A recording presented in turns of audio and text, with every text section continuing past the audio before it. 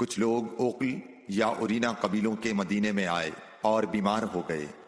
رسول اللہ صلی اللہ علیہ وسلم نے انہیں لقاح میں جانے کا حکم دیا اور فرمایا کہ وہاں اونٹوں کا دودھ اور پیشاب پئیں۔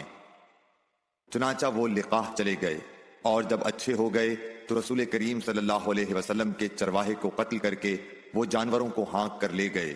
الصبح رسول کریم صلی اللہ علیہ وسلم کے پاس اس واقعے کی خبر آئی تو آپ نے ان کے پیچھے آدمی دوڑائے۔ دن چڑھے وہ حضور صلی اللہ علیہ وسلم کی خدمت میں پکڑ کر لائے گئے۔ آپ کے حکم کے مطابق ان کے ہاتھ پاؤں کاٹ دیے گئے اور آنکھوں میں گرم سلاخیں پھیر دی گئیں اور مدینے کی پتھریلی زمین میں ڈال دیے گئے۔ پیاس کی شدت سے وہ پانی مانگتے تھے مگر انہیں پانی نہیں دیا جاتا تھا۔ ابو قلابہ نے ان کے جرم کی سنگینی ظاہر کرتے ہوئے کہا کہ ان لوگوں نے چوری کی اور چرواہوں کو قتل کیا اور آخر ایمان سے پھر گئے اور اللہ اور اس کے رسول سے جنگ کی۔